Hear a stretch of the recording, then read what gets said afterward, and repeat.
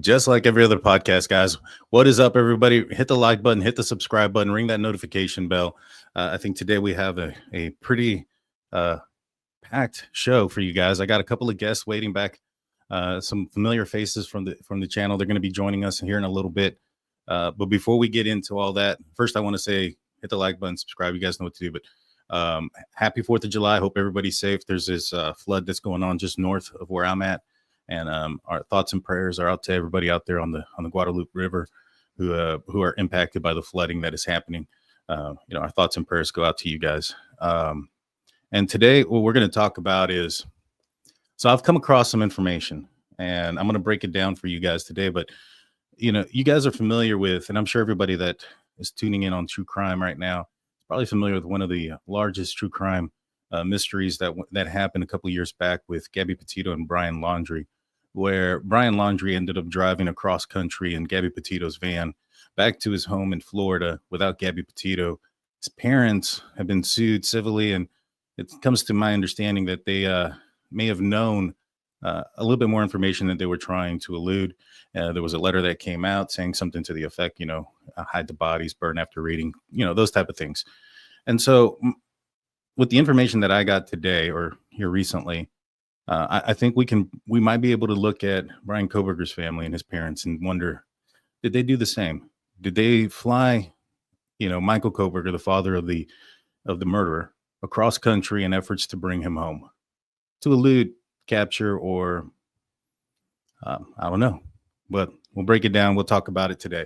So I'm just going to take a few minutes to break this down, and then we'll go through it. The first thing I want to do is I'm going to read a couple of pages from Howard Bloom's book, who's agreed to be on the channel. I'm going to find out a little bit later on today exactly when he's going to be on, but probably aiming for Monday or Tuesday. But a couple of things that I want to break down. So it says here in Howard Bloom's book that just 5 days earlier, and he's referencing to Michael Koberger, flew off the sunshine of Philadelphia to Seattle, then caught a twin-engine M-Bar E-70 jet for 1 hour or so shuttle flight into the dark, frigid Pullman, Washington. Well, that's not 100% true, but yes, Bryan Kohberger's father had purchased a plane ticket from Philadelphia directly into the Pullman Moscow airport. Now, when did he go in, right? That's going to be a big question, right? When did he fly in? Now, we know that Bryan Kohberger was in Albrightsville, Pennsylvania on the evening of December 16th. Now, according to this book here, Howard Bloom says that it was a 4-day trip. So you have the 16th, the 15th, the 14th, and leaving on the 13th for 4 days of driving. But so let's continue this. So this goes on to say that at a certain point, just a few days before Michael Koberger is to leave from Seattle to Pennsylvania, that he's talking to his mechanic and he's calling his son Dr. Christopher Koberger. Now, first and foremost, I want to say I have no doubt in my mind that it was initially planned that Bryan Kohberger was going to go home for Christmas. I have no doubt in that. Where I become real speculative is the timing, and did something change, right? Because we knew he was in Albrightsville, Pennsylvania on December 16th. I can say that they had left the 12th, I believe, the 13th, I'm sorry. And well, let's continue reading this. So in the book, Howard Bloom talks about some problems that Bryan Kohberger had as a child. He was a troubled youth. And it goes on to say that Michael would share with his own 2 grown daughters, and who's a psychologist, another one who's an actress, that there's no telling what Bryan might do next. Now, I found that interesting because this is before he flew out there. This is one of the reasons why he flew out there. I didn't catch this part of what he had said until I went back and reread it, but it sounds like they were onto something. They were onto something. And that was arguably why he decided to make the tedious and exhausting trip out to Pullman, Washington, and then not much more than 24 hours later, turn around if on a dime to make even more. So he was there for less than 24 hours, Michael Koberger, and he traveled with Bryan Kohberger back across country. And it goes on to say that there was 4 long days trapped shoulder to shoulder for nearly claustrophobic Hyundai Elantra, which I kind of spoke about. It says here in the weeks before heading off to Pennsylvania, Michael had done some of his homework sitting at his computer console, and he talked with his son about flights. Now, why this is important is, and let me pull this up real quick. Oh no, hold on. I accidentally hit something. Bryan Kohberger was a TA. He was a teacher's assistant. And if we were to go to the fall of 2022, fall semester did not end, or finals were not done before Christmas break until December 16th, the day that he was in Albrightsville, Pennsylvania. So he left December, I think it was like 11th or 12th. Michael Koberger flew out December 11th, landed, I think, December 12th, and they turned around December 13th and drove across country. Now, why would they? Oh, well, let's go to the next page real quick. There is no early examination, so a student will now be granted a special examination for the purpose of leaving the institution before the close of the semester. So how did they anticipate, if this was something that was planned so long ago, which I don't disagree that it wasn't. There's some information here where it talks about, this is from Bryan Kohberger's mother, says, today my 26-year-old son, which is weird because I think he was 27 at the time, left for Washington State to begin his doctorate in criminology. I probably won't be submitting much designs because I'll be crying my eyes out. At another post, she puts out there that he'll be home for nearly a month in Christmas. So let's see, I want to just kind of find that specific part. It says right here, super happy getting ready for my son's visit home in a week or so. Now, I wish I would have known what day these were exactly, so it's kind of help us out a little bit. But we know that Bryan Kohberger got pulled over on the 15th. He was in Indiana, and that takes more than a day to get there. And they went a significantly longer route. So again, the 13th, 9 hours away from home. Now, here we go. So what day did he fly out?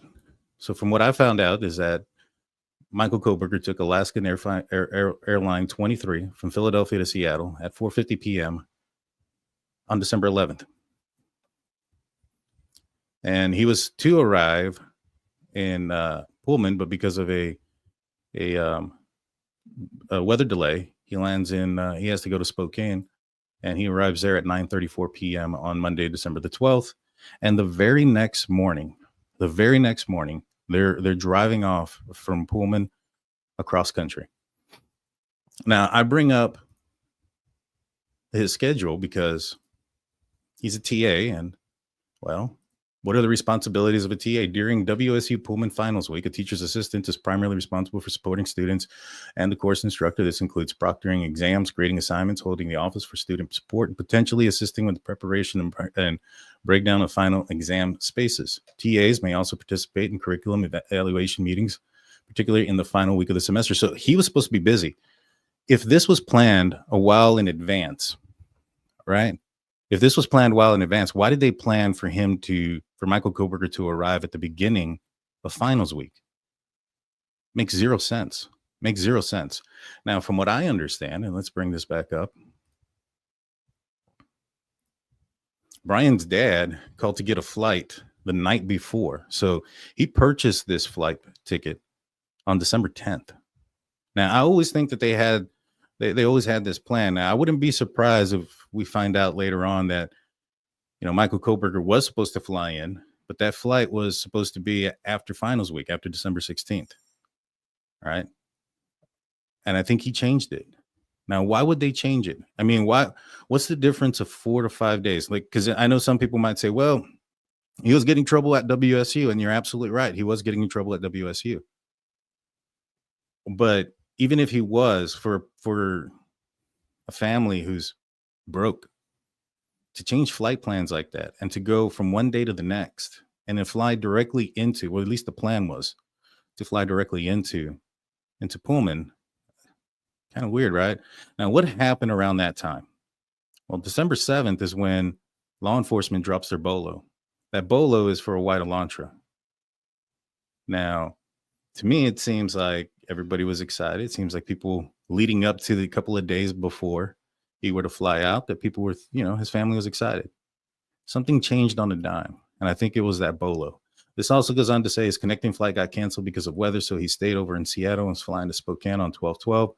Also, in the same phone call on 12/10, he scheduled an additional flight for 1:20:23 from Moscow Pullman to Philadelphia, which leads me to believe that he had plans on driving back with Bryan. Now, his mom said something about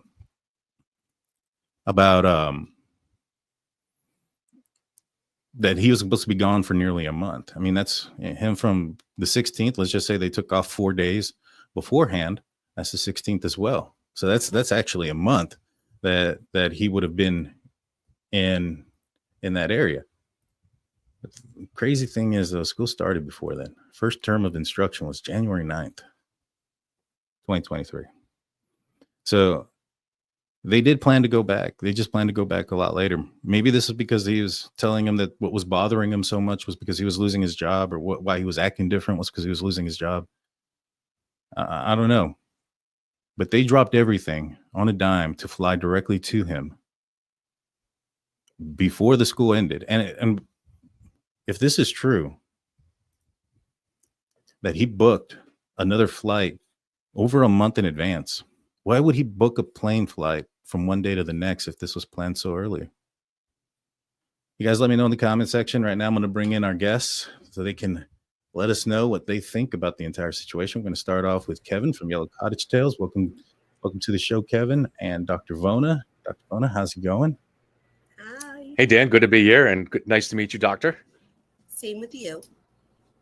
Now, I know we are scheduled.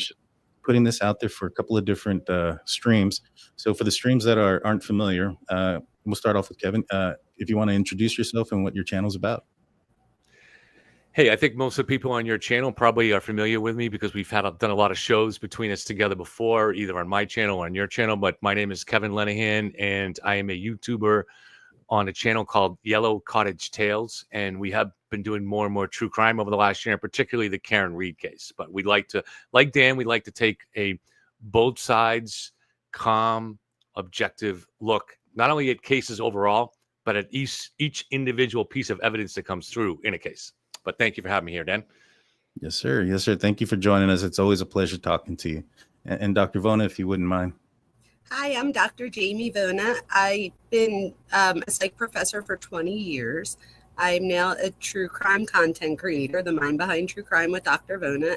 And your family is my family. So I think everybody I see in chat are people that we know from being on the shows together. So welcome, everyone, and happy 4th of July. Yes, happy 4th of July. So, Dr. Vona, I was interested to talk to you about the specific timing in which Bryan Kohberger was trying to leave on December 11th, or his father flying in the week of finals. For somebody who's obviously in a position to know, what is week of finals like for a student? It's crazy. So I would think that would be the week that you would need to maintain office hours. So if your students have, now I will say, you said it was the 11th, right? Because by the 11th, I was already done my finals and I was preparing to start my summer class the very next week. My summer class was over by my birthday on June 27th. So, and that was summer 1. So people do have to remember that he was probably done the first week in May, unless we know different. Does it say that it was different than that? Because I was done by then. It says it starts December 11th is when finals start. Then if finals started, then that means that they go back a little bit later than I do. So then, yeah, if finals were that week, Daniel, then this is so out of the norm, because this would be the week that you would need your TA, if anything, because you have all of your finals, all of your classes. I teach 7 classes, 8 classes sometimes. So that's 7 or 8 different finals. So I definitely would need help if I had a TA. I don't. If I had one, this is when I would need them. Yeah, see, finals started actually December 12th, Monday. Wow. Father flew in December 11th, so the week of, and they took off December 13th. So the Tuesday, and finals didn't end until December 16th. So he was already gone. Now I do know that they had a meeting and they talked about him. Maybe they fired him, but let's just say that he was aware of his termination, and he calls mom and dad and says, "Hey, I lost my TA job, blah blah blah blah blah." If they had this planned and they had tickets already purchased, and let's just say that that flight was supposed to be the 17th, the Saturday after the 11th. I mean, if you're financially struggling, don't you have to have a really big motive to make that financial move? I mean, I'm assuming it's going to cost something to move up your flight. So I was going to say, do we know that it costs extra for him to move his flight up? So that would, I mean, I would need to know more about that. This is my thing. I like to give people the benefit of the doubt. If anything, in my head, just giving them the benefit of the doubt, I would say that they probably knew that there was something wrong. And maybe the mom and dad and the sisters even had a conversation. Who knows about, like, you guys, could this be? But as far as what he told them, I mean, I want to give the benefit of the doubt that he probably just said that he was having troubles with school, or that, he was going to figure it out. But so I feel like maybe, and again, this is just me giving him the benefit of the doubt, but I wouldn't be surprised if we found out different. But then again, even if we found out different, Daniel, being a parent myself, and I please don't come for me, anyone, but, that's a bit like tough position. Like, I don't know to put, you know what I mean? Like, I don't know that he would have even put his dad in that position, because I don't know that him and his dad were that close. We know that day that everybody thought that he called his dad, that he called his mom. So yeah, I don't know. What about you, Kevin? What do you think about the timing in which his parents decide to send father out there to pick him up? Yeah, I don't know, because obviously they knew he had a troubled past with his heroin addiction in high school, and we don't know to what extent. We've seen the deep, dark messages that he had posted in social media back when he was going through that. And that's probably just the tip of the iceberg versus what the family would have seen and what they would know about. So they probably would have been very happy that this kid had moved on with his life and was going on to graduate school. But they would have been very nervous and anxious, I think, about what was really going on with him. He didn't seem to live that kind of normal life where you're 27 and you're dating. And he had a very different kind of life there. And I'm sure that they had a sense that they would have been happy to see him reach 30 and have a normal life and all that stuff. I would think they were probably wary of all that. So what were they picking up here? Were they picking up problems with the career? I don't know. It's you have to really dig into the timelines like you're doing, Dan, to try to figure out if there's truly something suspicious, that they had any indication that they suspected he might have been involved with a crime. And there's a difference between suspecting and knowing, right? Yeah. Like, did he tell me, or do we just suspect it because of his past? Well, what if I added this aspect to it? Uh-oh. His sister reported him to the FBI before the flight was purchased. Wow. Okay. Then that tells me at least that the family thought that there's a possibility. Whether he said that he did it is a different story, but that would tell me that they definitely had a conversation about it. Yeah. That has been something that has been brought to my attention, and that from a very, very reliable source, that sister called the FBI. I thought that was like around Christmas. No, once mom and dad got word that she called the FBI, they sent dad down there. And I wonder what made her suspicious in the first place. Well, the book talks about him having a troubled childhood. He stole one of his sister's phones to support his drug habit when he was younger. So I wouldn't be surprised if there was some other things. I've heard some other things that may have been weird by Bryan Kohberger.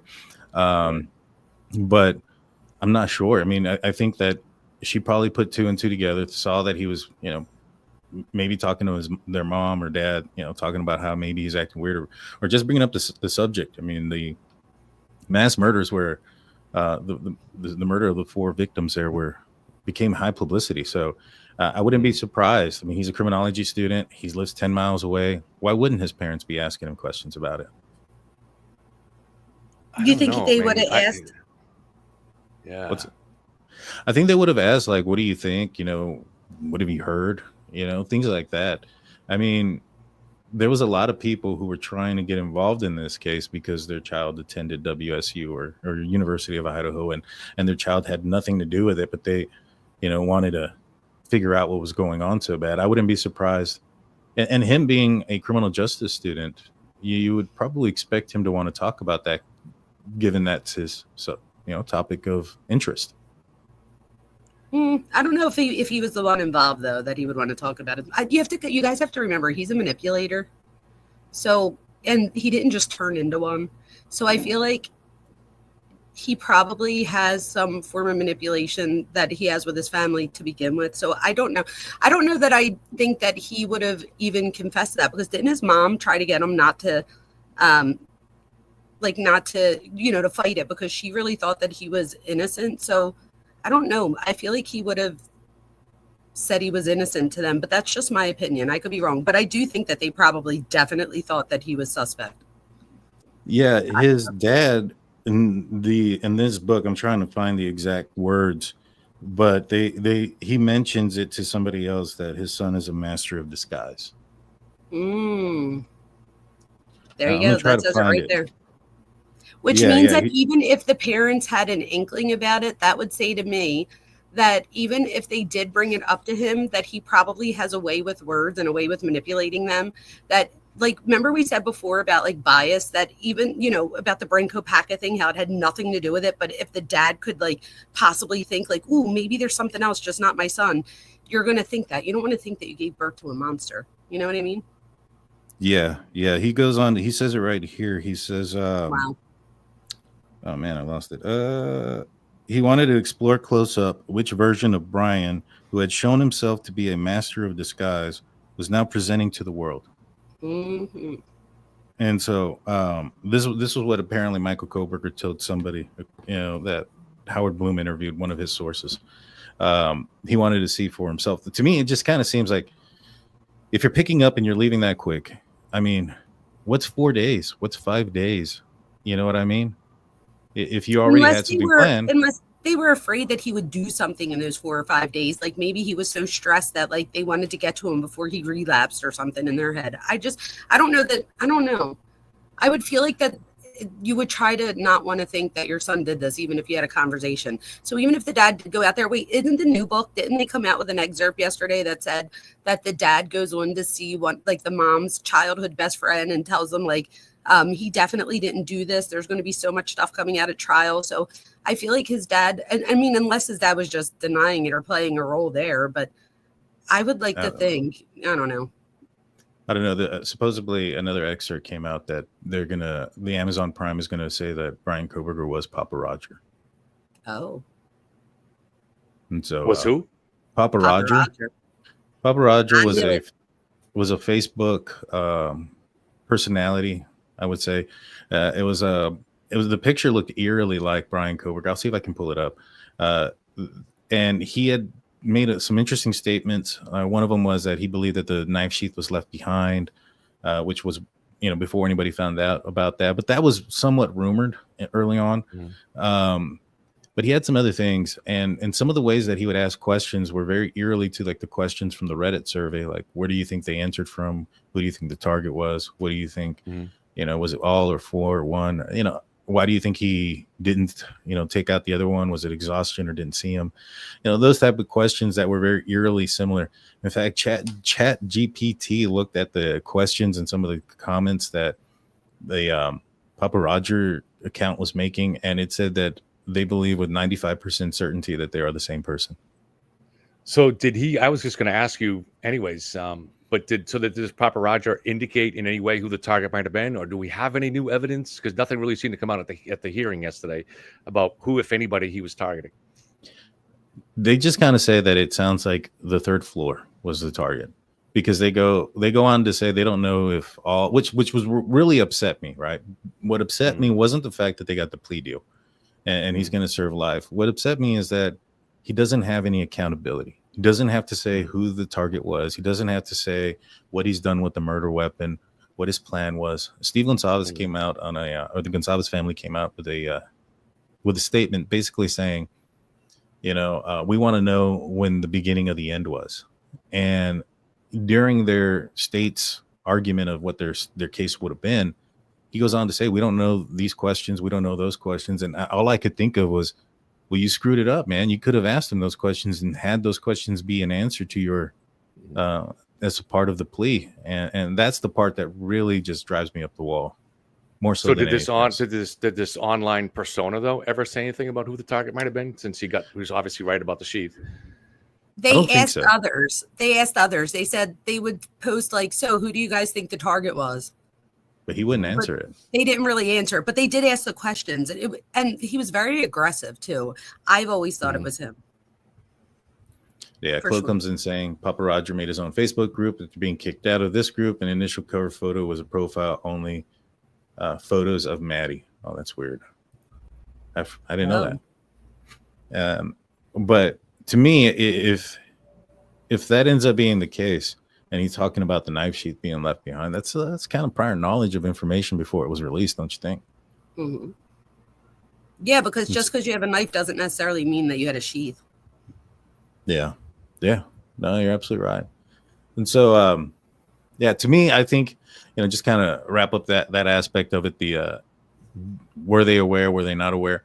I think there's some evidence here that, sister calling the FBI shortly after the bolo, from one day to the next, he's flying out and flying straight there. And the next morning they're leaving town. I don't know. Those kind of dots connect in one direction to me. You don't think it could have been that, like, they already talked about it? Maybe they thought he relapsed or something? Well, Or that he might? Okay, let's add this too. One of the things that we did learn was that Bryan Kohberger's vehicle was in his garage. It's a Hyundai Elantra. It's not like it's a Camaro or Corvette or anything special that you want to put in a garage.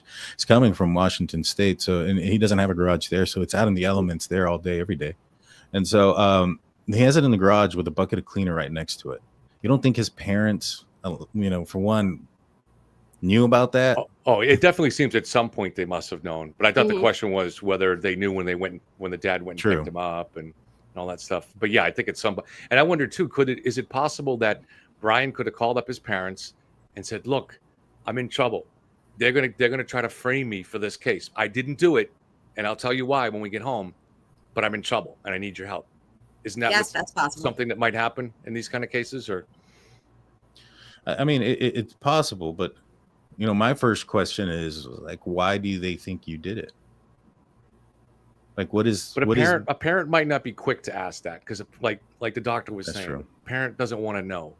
Parent wants to just somehow convince themselves that their child is innocent. Well, yeah, yes, but they're gonna. I mean, if my child came up to me and said, "Hey, they're accusing me of doing something," I'm like, "Why are they accusing you? Like, what's going on? I need to know the information so that I can better be prepared to help you." So, but this is the difference, Daniel. Their parents aren't like you or I. So I think that there's a genetic component to this, but there's also an environmental component. And so I feel like maybe if his parents would have been more like, you, or the way that you would have reacted in certain situations, maybe there would have been a different outcome. So I feel like they didn't have that interpersonal relationship that maybe you have with your kids or I have with mine or whoever, people that are watching. Does that make sense? Yeah, no, I get it. I just feel like these folks, well, especially his mom, is a professional. She worked in with the school district. I think she was like a substitute teacher, but worked with specifically children that have special needs. And so, I get it. Yeah, they might want to be like, okay, yeah, we're going to believe you. And I understand the believing aspect of it. But like there's some questions like, well, I would probably ask, like, well, obviously it wasn't you. Just tell them where you were. Where were you? Those type of things, I think, are the questions that you would probably maybe see, not necessarily allowing him to park inside of the garage to clean his car repeatedly. And they're allowing it to happen. It's not like they remember he could possibly be like a homicide, 4 people that he killed. So how much at that point, if they really think that their kid was capable of doing that, would they be like a little bit frightened? Maybe like, let's not really hold him accountable in that way. Like, at least not right now. Because what if he flips on us or whatever? I mean, could they even think that? My thing is, I don't know how close they were, Daniel. Let me tell you why. From what we were told, he didn't even look at them when he went into that courtroom. I'm gonna have somebody on the channel. I'm aiming for tomorrow night. This person was in the courtroom. They told me that they believe that he did look at his parents and smile at him. That it's being reported that was towards Ann Taylor, but his parents were behind Ann Taylor, like in the same Like, So would you weird. smile at your parents though? Wouldn't you cry? Like, I'd like, even if that is true and he turned around and like smiled at his parents, is that appropriate? I want to respond to this too. If you guys, so Go ahead. Please. what Sorry. what Dr. Vona was saying, I think we have to understand, because of this guy's brain, which is abnormal, he's a psychopath. I think everybody agrees on this. It would have been difficult for anybody to have a normal relationship with him. So I don't think it's as if the family didn't have a normal relationship with him, I don't think that necessarily reflects on the family. It's a reflection of Bryan Kohberger himself. Yes. And you even go look to his comments in high school when he's describing looking at his own family member as though they are two-dimensional cutouts in a video game. He can't see them as real people, which is exactly how it is when you're a psychopath, because you are incapable of putting yourself in the shoes of other people. And that's why you don't have this kind of empathy, right? And so I just think it would have been, and anything he does in court, it's so difficult to read into because it's performative. He's always trying to gain a reaction, whether it's from the media or from something else. It's his own game plan. And I don't think his family has much role in what that game plan is. So I don't know if you guys agree with that. Yeah. Also, I mean, I definitely understand what you're saying, and I get it. Here's something that she did say, and I want to get your opinion on what kind of relationship they would have based on what she's saying. And obviously social media is different than what people probably live in real life, right? So this goes on to say, me too, dear lady, me too. I just could be me, though. Been kind of blue since my son moved from Pennsylvania to Washington to study in a PhD program. I miss him terribly, and I think everything is just a little less colorful without seeing him all the time. But he will come home for nearly a month at Christmas time, yay. If she was being authentic and this is how she felt, what does that tell you, Dr. Vona, about her relationship with her son? Like we were just saying, it's one thing how she feels about him. It's another thing how he would feel back. So I think she's being a mom here, right? Like if my kid was gone, I'd miss them too. So like you were just saying before, like this isn't necessarily a reflection of her. Do you know what I mean? So I think like she can miss him and feel all this stuff. And then, I mean, think about kids that do love their parents at this age. Like sometimes they just get away anyway. So I don't know that we could really say here. I wouldn't doubt if the mom feels that they're close. I think at one of the hearings in Pennsylvania, it was reported that he mouthed the words, "I love you," towards his parents. So, but how do we know how much of that is manipulation? And I'm not saying that it is. I'm just saying how much of that could be manipulation and how much of it, I mean, it might not be too, but it could be. Yeah. Yeah, very much so. I mean, like I said, Howard Bloom said that his father, when talking with Howard Bloom sources, used the term master of disguise. One of the things that he was able to do is fool Catherine Ramsland. She's come out and said that she had no clue that he was like this, that she gave him the benefit of that, like she does all of her other students. She can't go into a classroom thinking that that somebody could be inspired to commit crimes based on what she's saying, which I agree. But he was able to manipulate her, and he had her for 4 classes, 4 different semesters. And Dr. Vona would know more about this, but the primary work on psychopathy, and I think it was written all the way back in like 1947, but it's called The Mask of Sanity. The Mask of Sanity. And that's the thing is underneath is someone that's basically insane, or at least doesn't have a normal brain, but is able to wear these masks of sanity all the time. And it's just what mask they choose to put on. But if you're around them enough, like a father would be, at some point, you're closely observing and you're realizing that it's all a mask, one mask or another that he's putting on. So I would add to that being in the situation of Dr. Ramsland, in that same situation, I had a lot of people ask me on my channel if it was normal for people to take you 4 times, and it is. So let me just put that out there. That is normal. Students take me 4 times all the time. So if I teach 5 classes, they'll take me 5 times. So it's more about just you found somebody that you could relate to, that you could learn from, and you're like, why would I change that if I could continue to take this person and learn something else. With that being said, there is a FERPA law, which she was talking about before, and that's just where we can't give out too much information. So that was another thing people were asking. I think that it's important to note that a big portion of our population are psychopaths, you guys, and they don't kill people. So we have to add that in there too, right? So there could be a ton of students that are psychopaths that are just going to be successful people someday. Like that'll never go on to harm anybody else. So to think that Dr. Ramsling could just be like, oh, you're going to do something, it would just be, I mean, that would just be putting like that superhero hat on her to think that she is a god that could just be like, this is the one. So I don't give her any slack for not identifying. She did say that when she, in hindsight, when she looks back and like reads some of his things, but if without that, he would have just been a really good student and maybe somebody that was going to be like a trailblazer in the field, which he probably could have been. Right. Now, but given that said, and you said that, you know, you've had people take your classes multiple times. Bryan Kohberger wouldn't, if he is the psychopath, sociopath, he's not taking her class for those reasons. Why is he taking her class if he's a psychopath? Because if he ever had in his head that he might do this at some point, who then a better person to keep in touch with but Dr. Ramsland? She'll write a book with you or about you, right? That keeps him in the spotlight. I don't think that it's a coincidence that we found out really nothing new during that hearing yesterday. I think that the prosecution really just gave him all the power. So now he just has the story. And even when he does tell the story, you guys, I don't know that it's going to be the true one. So that's another thing. Like, how do we even know when he does tell Dr. Ramsland or somebody the story? I do think that he wants to be the one that people study now, almost like he's the next generation.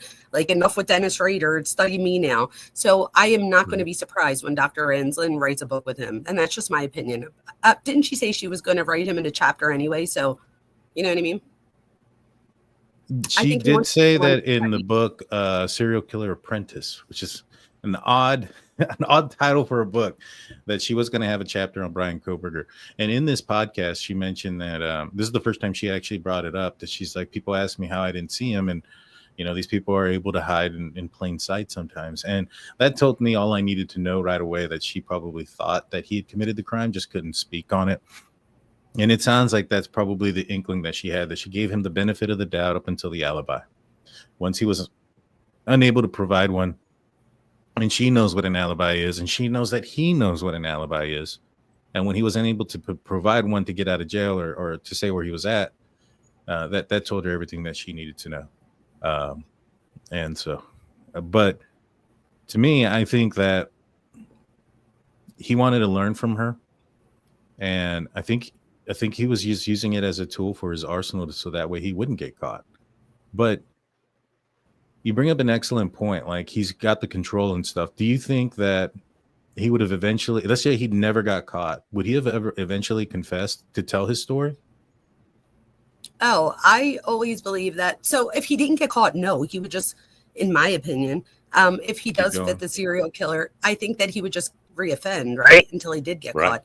However, when people do get caught that are in this situation, they often like to correct the record. So if somebody said something and they're like, that's not how it happened, like at some point when their appeals are up, you know, and this is the thing, he doesn't have any appeals now. So now he's completely free to start that chapter with her so that she could get right to letting them buy the book with him in it. Like, I feel like he got the identity that he didn't have. Yeah. Yeah, no, you're right. You're always right on these things, Dr. Bowman. Oh, thank you. I feel that's why you're the expert. That's why you're the expert. I appreciate it. Yes. What about this, guys? A lot of people are pointing out that he's wearing this shirt in this selfie. Is it the same shirt? Oh, I said that as soon as I saw it. Yes, it is. I think it is. You think it's the same shirt? Yep. What about you, Kevin? Do you think it's the same shirt? It looks like it, but it's also a generic white shirt, so it's kind of hard to tell. I mean, he might have a bunch of these. The biggest clue for me that it might be the same one is look at that where his sleeve ends up at. It's pretty low on his arm, and when he went and raised his arm yesterday, it was pretty low. But Kevin's right; it's pretty generic. It could be, but it could be generic. But I would think that, again, if you're somebody in this situation, I wouldn't be surprised if he wore the shirt on purpose. I was going to say, there was no emotion, Daniel. There was no emotion. You know, when you call something and they're like, say yes, and you have to say yes or no. Like, I feel like that's what he was doing. Like, he was like, yes. Like, there was nothing. It was like stone cold. Well, if it is the same shirt, one thing it tells us is that that's not the shirt he was wearing when he committed the murders, because I think he would have got rid of all that clothing. Yeah. Oh, absolutely. Oh, yeah. And see, that was another thing that I think that the prosecution should have forced him to respond with, to talk about. Right. Like, hey, where did you do with the clothing? One of the things that we did learn is apparently Dylan saw the intruder, Bryan Kohberger, with a container as he was walking out. Oh yeah. Now he sat down in Xana's room, right? There was an impression, according to the Dateline, on a chair. Is it possible that after he took the lives of Ethan and Xana, that he sat in there and changed out of his clothing, and that's the reason why he couldn't attack Dylan, is because he had already changed? Yes, absolutely. I've thought that before, because even with the step, like, so at one point I'm like, maybe he didn't see her because of that step there. Like, I know me, I wouldn't want to add any more evidence. So if I knew that there was a step there when I came in, whether I just didn't realize it was there, or I saw, if I'm looking down to look at it, I don't even know that he saw her. But if he did see her, I was like, maybe he would have already had been changed, or at least cleaned the knife or something, to where, or maybe he thought she called the cops. Who knows? Look at his eyebrows, you guys. I was just about to say that. I was like, somebody cleaned up his eyebrows, because that is gone. Yeah. What do you think about this, Dr. Bowman? I know a lot of people look at the defense team, and you as well, Kevin. I want to ask you both this question. A lot of people look at the defense team and say Ann Taylor was just doing her job. She's just doing her job. She's just trying to defend him to the best of her ability. But just 4 or 5 days ago, she was trying to throw 4 other people under the bus and try to ruin their lives by naming them as suspects in an open court. What does that mean? How does that make you feel about her tactics? Let's start off with you, Kevin, first.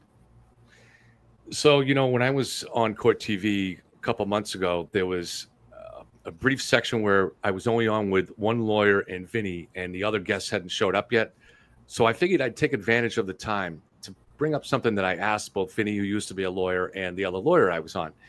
I said, so when I was a kid, I used to read the books of Alan Dershowitz. And at the time, he was famous for defending some of the country's most heinous murders or criminals. And this is before he went on to help defend OJ. But I liked his books. And I'm not saying I was necessarily even considering becoming a lawyer, but I bought into his argument that in order to protect all of our rights, it's very important to defend the rights of the worst criminals among us. And so that made sense to me. But when I look at it, and so he argued passionately for the role of the defense lawyer. But my experience through the Karen Reed case, in which they were accusing and destroying the lives of innocent people just to try to establish some kind of plausible third-party culprit. I didn't say that our justice system shouldn't be allowed to do that. But what I concluded was that I personally felt differently about it. I could not be a defense lawyer. And I threw that back on them. I said, how do you guys feel about this? You guys used to be lawyers. Could you, as a defense lawyer, go in there and just, in order to save your client, try to throw the light on some person that you knew as the lawyer was innocent? And Joe Krowski he always has an entertaining answer. He said, look, he goes, I would do anything to get my client off within ethical boundaries. He goes, and to me, third-party culprit is always fine. He goes, I would even propose my mother as a third-party culprit if I had to do it to get my client off. He said, where I wouldn't do it, where I differed from the Karen Reed lawyers, is that I would keep that third-party culprit effort, those arguments, within the 4 walls of the courtroom instead of going out and doing a public media campaign. But of course, in a high-profile case like this, keeping it within the 4 walls of the courtroom doesn't mean much. It's still going to go out all over the world. So, and then right after that, after the commercial break, Joe had to apologize because his mom texted him saying she was very upset with him for saying that. But so myself, I was like, I don't know whether it's the right thing or the wrong thing to do for defense lawyers to do that. I just know I personally couldn't do it. So do you remember when I talked about how, like, some of my students could be antisocial personality and be very successful? It is not uncommon for some lawyers to have, like, psychopathy or even narcissism. And I don't mean even, like, completely disordered to where it interferes with their life in a negative way. Right. So this would just be traits. Because again, if we're disordered, you guys, it's interfering in our life in a negative way. So, or at least 2 areas of daily functioning. In this sense, it would be helping them. So they found a way to use it in a different way. I couldn't defend them either, but I think that that's also why I'm a teacher and not a lawyer. You know what I mean? Mm-hmm. Yeah. So what you're saying is a lack of empathy can be an advantage. Sorry to interrupt you just real briefly. Sure. A lack of empathy is actually an advantage in certain situations. If you want to be a defense lawyer, if you want to be a surgeon, Sure. Oh, Or sure. But CEO it wouldn't even be, it's not even a lack of empathy in certain in certain instances. It would be more of being able to rationalize, like you were saying Alan Dershowitz did, like, in order to defend this person, we have to, defend the worst or throw my mother under the bus, like the other lawyer said. But Yeah. I think, like, think about doing that, right? That sounds like crazy to think that you would do that. But my lawyer, like all the lawyers that I know, would do the same thing. But I don't think they're bad people. Right. So I think that I'm just not a lawyer, and that's why. Just like I'm not a cop for a reason. So I think that it just takes a certain person. I'm not a nurse for a reason. I'd cry and I wouldn't make it out of there. Yeah, You yeah. can't Now, be to good me, at everything. yeah, I'm on the same boat there. I couldn't throw somebody that I knew was innocent under the bus and ruin their life, especially if it's a high profile crime where you have a lot of controversy going on and people are just blaming everybody. And with the Bryan Kohberger case, anybody and everybody who's ever come out on camera that lived in Moscow, Idaho, has been blamed as a killer. Anybody and everybody, the neighbors, friends, family members of the victims, anybody and everybody that has come out has at one point been blamed as a killer. It is insane. And so to that extent, for I guess for Ann Taylor to go through with it, with at least keeping it sealed, I thought she was keeping it sealed because they knew that it was a losing argument. But I guess also so that people don't go and harass these people and go after them. I know you're going to. Wait, real quick, Daniel. Could it be that she just knows the law and knows that it would have never flown? Like, almost like she had to do everything she could in her eyes. And she did win, right? If you think about it, she got the win here. She got her client off of death row. So, like, that would be a win in her. So I feel like she was just doing, and I feel like she probably knew that the judge was never going to go for that. Right. Man, So he looks weird. Cool. I know. He does. He's what you would think he's giving me like serial killer would look. Yeah. Like if you were casting an actor to play a serial psychopath killer, that's what he would look like. Take off here soon. You said you had a couple of pages of a book you wanted to read for us real quick. Oh yeah, sure. So this was just John Douglas's book, Inside the Mind of BTK, the true story behind the 30-year hunt for the notorious Wichita killer. So interestingly, as we all know, a lot of times the police, or generally, they withhold a lot of evidence about a case. And what he's saying is other than withholding some of this evidence in the first few hours or days, the police should consider revealing more of this. Let me go to his words. So he says, I strongly believe that Rader's wife and children, his colleagues at work, and his friends at Christ Lutheran Church, and other fathers in the Boy Scout troop could have recognized the behavioral characteristics of Dennis Rader had we released this information sooner in a systematic, controlled way. He says releasing this sort of information would have had a profound effect on Rader and any other suspect that law enforcement would have been attempting to identify in an ongoing investigation. Turning up the heat in this way would have created a tremendous amount of stress, causing Rader to become even more nervous and preoccupied with the case. Once that happened, he'd begin exhibiting behavior that those around him would probably have never witnessed before. So this is at the end of his book, and he gives some specific examples. For example, he says, all right, he might have begun either growing facial hair. So this is interesting too. I'm curious if Bryan did any of this himself. Maybe he didn't have time, but he said did. BTK had these reports come out. He might have begun either growing facial hair or shaving it off, losing weight or putting it on, drinking more than usual, becoming more prone to arguments, or experiencing difficulty falling asleep, and then waking up in the middle of the night and listening to late night news. Perhaps he would have been looking for a legitimate reason to leave town for short periods, or his behavior might have morphed from appearing incredibly rigid and controlled to seemingly sloppy and careless. So Bryan lived by himself, so maybe it was a little harder to get someone to notice that stuff. But he says, more than anything else, what the BTK case did was reinforce my belief, meaning John's, that the authorities need to supply information to the general public the moment they've exhausted all logical leads. More often than not, This can occur within a few days or sometimes within a few hours of launching an investigation. The key here, he says, however, isn't to release every bit of information, merely to release certain telling, helpful bits. The rest should be held back, lest the authorities be inundated with false confessions from people looking for some sort of perverted notoriety. So I'll stop there. But this is from John Douglas's book on the BT. This is John Douglas, who also wrote Mindhunters. I'm sorry, Mindhunters and all that. So one of the original FBI profilers. So I don't know if you guys want to react to any of that. I know both of you guys studying true crime. So what he's saying is more information needs to be released to the public. And I don't know if that would have helped here. It seems like the police had a good handle on this investigation from early on, but I'll take Bryan Kohberger case out of it, and we'll look at the Delphi case. I think had they showed the entire video, the 43 seconds, they showed more of Richard Allen on that bridge. I think a lot of people would have figured out that the person on the bridge was a lot smaller, a lot shorter. They probably would have moved off from Ron Logan a lot earlier.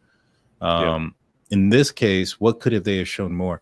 I think the problem with this case was because there was a lack of evidence. There was a knife sheath and the DNA left out there. There's no real reason to put that out there because that's not gonna, like, nobody's gonna come in like, hey, my buddy said he's missing his knife sheath. You know what I'm saying? That would be kind of hard for somebody else, not Bryan Kohberger, to report. The white Elantra, maybe they came out December 7th with that information. They knew about that right away, that there was a white vehicle. I think it took them a little bit of time to get all the footage in to determine the year, make, and model. And even at that, it's my belief that they got it wrong. They put 2011 to 13, and obviously it was a 15, but they didn't put that in their BOLO. And so it wasn't until Bryan Kohberger came up as on the IGG where they kind of put two and two together. They looked him up. Oh, he has a 2015 Elantra, yada, yada, yada. And so in this case, what could they have put out there? The only thing that I would, it's kind of dangerous though, because if you put out there with the information that that, all right, the back sliding glass door was left open, all the doors were left open where the decedents were, lack of DNA and things of that nature. I mean, the only thing you can put out there is that you think it's somebody who's experienced, whether they've done this before or they're in a criminal studies or And John Douglas is talking about when they don't really have a suspect too, but it seems like here they had a suspect pretty early on, so you wouldn't have wanted to put out much there. So, well, I mean, the only reason they got the suspect was because of his the DNA left behind. There's nothing there outside of the sister who reported him to the FBI. Which, like I said, I think he was going to get caught regardless because the sister reported him. Everything else would have. Weren't they looking for the white Elantra though too? Or did I misunderstand that? They were, but they were looking for a 2011 to 13, and his was a 15. And although they went and documented his, which is proof to me, so law enforcement is saying that basically the way they take that information from an expert is that they're looking for vehicles that are similar to an 11 to 13 Hyundai Elantra. Not just 11 to 13 Elantras, 11 to 2013 Elantras. And so the fact that on November 25th, before Bryan Kohberger's name came up, they actually went and documented his vehicle and put that in the list of vehicles. So that kind of saved their tail because they can say, hey, look, we were going based off of vehicles that were similar to, and we can say that because we reported his vehicle in the list of vehicles that have possible vehicles before his name came out. It'd have been differently if his name came out December 19th and they had never documented his car. That would have been a different story.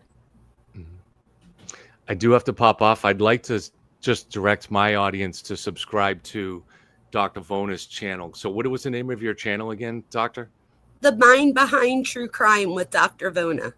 And do the same for your channel so that people that are watching for me can go to yours. Thank you. So my channel is Yellow Cottage Tales, and The Mind Behind the Crime with Dr. Jamie Vona is the name. The Mind Behind True Crime with Dr. Vona. I think if you put in Dr. Vona, you'll see me if you scroll down. Okay. All right. Thank you. Thank you. I appreciate it. It's very nice to meet you. And Dan, thanks for having me as always. And I hope to see you all again sometime again. Yes, sir. We'll do it again. You have a great day and be safe out there, my man. So, Daniel, I think it's important to note, what were we just talking about? I just had something in my head and then I just What the hell were you just talking about? I just had an ADHD. Oh my God. I like had it in my head and I was like holding it the whole time. I was like practicing active listening and then There you go. Well, this happens to me all the time. yeah, And what I normally tell people is to record what I say because I hardly remember. No, I think what we were talking about basically was the book that he wrote and about BTK saying that more information coming out would I help. remember what I was going to say. In this scenario, I'm not sure if that would work. But I remember what I was going to say. So I think that it's important to note that I think what he was reading from was when we look at serial killers, as of right now, Koberger is a mass murderer. He's not a serial killer, although he presents as a serial killer. So anybody with forensic background, well, at least anybody that I've even looked at, including myself, believe that had he gotten away with this, he would have continued to offend if he hadn't done it before. I mean, who knows? We don't know. But so I do think he's going to fit that characteristic. But right now he's considered a mass murderer, which tells us that if he was a serial killer and he didn't get to the next crime, then the law enforcement did a pretty good job that they were able to find him. With BTK, he was going on for like 30 years. So maybe they meant like had they have, given more information, over the 30 years that maybe they could have. So I don't know that this case would have necessarily fit in that particular thing, if that makes sense. No, I get you. But I strongly suspect, based on the fact that he was trying to purchase another weapon, the way he was trying to purchase that weapon would have been easily traceable. I don't think it was to try to replace the one he had in case somebody came asking. I think it was more so for another crime. Mm-hmm. And if my research is correct and my understanding is correct, the searches for the K-bar knife were only made while he was in Pullman. Once he went to Pennsylvania, he wasn't searching it anymore. So he had other videos or other pictures and other women that he was following that were close to the victims there. I wouldn't be surprised if he was targeting another. Yeah, I wouldn't either. What do we think about his time in jail coming up? Like, a lot of people are asking questions about that. Like, is he going to be in solitary, this, that, and the other? If what I came to learn, because I did a little bit of research on this, is that he's eventually going to get to general population, that in the first 3 months, they do a bunch of intake stuff. Correct me if I'm wrong. Yeah. Where they do psych evals and all, so that they know your medications and stuff, all that stuff. And then after that, I think he will go to gen pop. I think a lot of people, and people don't get mad at me for this, but if he has a personality disorder, he might be feared in jail. Think about it. He used a knife. In jail, you don't have guns. A lot of people are in there for gun violence and stuff, in a high, or max security type prison. So in this case, I guess, first of all, how do you get a roommate when you can't sleep because you don't know if they're gonna, right. At any moment, how do you know that he's not going to do it to you? I don't know. I just see this as a big mess, but I don't see it as, I think a lot of people are oh, wait till he gets to jail and stuff. And unfortunately, if he has a personality disorder and the fact that he was able to do this to 4 people, I feel like if anything, and he's smart, right? So I feel like he's going to wind up doing better in jail than what we would want him to do. And that's a shame. That's just my opinion. I saw my experience in prison and jails is very, very limited. I only transported people there. I never worked in the jail, but I was watching this one guy earlier today who was an ex-con, and he was talking about that his first 30 days or so are going to be in solitary until they get everything checked out. He was eventually in that he would eventually go to general population. He mentioned that there are no guns and that knives would be used, and he also mentioned that the fact that it would be that's their home, right? That's their home. They live there for X amount of time. And now if you're, a person and that's your home and those cells on that block, that's your neighborhood, that's your block. And now a serial killer who went in there just to kill somebody for the fun of it. He didn't kill somebody because he had to. It wasn't a drug deal gone wrong. It wasn't a gang violence or somebody took out somebody else and it's revenge. He took it out for the thrill, just to feel what it feels like, and so you're absolutely right. Who's going to want to sleep in the same room with him? I wouldn't. If he one day just gets that urge again. Mm-hmm. And I don't know. I mean, I wouldn't be surprised I feel like people are if making somebody it seem tries to. Yeah, I'm sorry. I wouldn't be like, people are like saying like, oh, he's going to be somebody's bitch and all that stuff. Like, I unfortunately don't see that happening. I see, if anything, like you were just saying, like within, like, you know, you can make knives and stuff. So I just feel like, if anything, I just know that if I was in jail with him, I would always have my eye open when he was around, because I'd be like, this guy already did this. Like, so we know that he could do this. Like you said, it's not that somebody got revenge on someone type thing. Like, this was like premeditated. He even says, yes, it was premeditated. So he tells us that. So that's just scary to me. You'll have to send me that video. I want to watch that. Yeah, I'll send it to you. It's insane because he talks about that. He thinks that he's probably going to get recruited, and one of the gangs that are there in Idaho is the Aryan Brotherhood, and you know, they like smart, dangerous people. You know, Oh, a yeah. lot of people in jail aren't the most intelligent, and so if you have somebody with an above average IQ, and somebody that lacks emotion, a killer like him, I mean, they can do a lot for you, and you know, I wouldn't be surprised if that's the route he ends up going. I mean, if he ends up in general population, and this is one thing the ex-con also mentioned too. He said that a dangerous person, like, it depends on their situation. You know, if you have a guy who's a trained killer, a UFC fighter, whatever the case may be, but he only got 6 months left on his sentence, he's not going to be that dangerous compared to a guy that's on a life deal. Nothing to lose. He's got nothing to lose. And so that's going to make him very dangerous, and somebody that they said that would recruit. Now, I don't know. I don't know if, like, those people in Idaho have friends and family members that maybe are somehow, you know, 12 degrees of separation, right? Everybody knows somebody. Maybe I don't know, maybe they felt a certain way of what he did, but the prison system isn't designed for prison justice. You know what I'm saying? I know that those things happen, but the guards and the warden, they're there to try to make everybody, they don't want to lose anybody, you know, at the end of the day. Not like that. The firing squad, they're probably happy to do that, but not in that manner, because it looks down upon their facility. They can lose funding, they can lose money.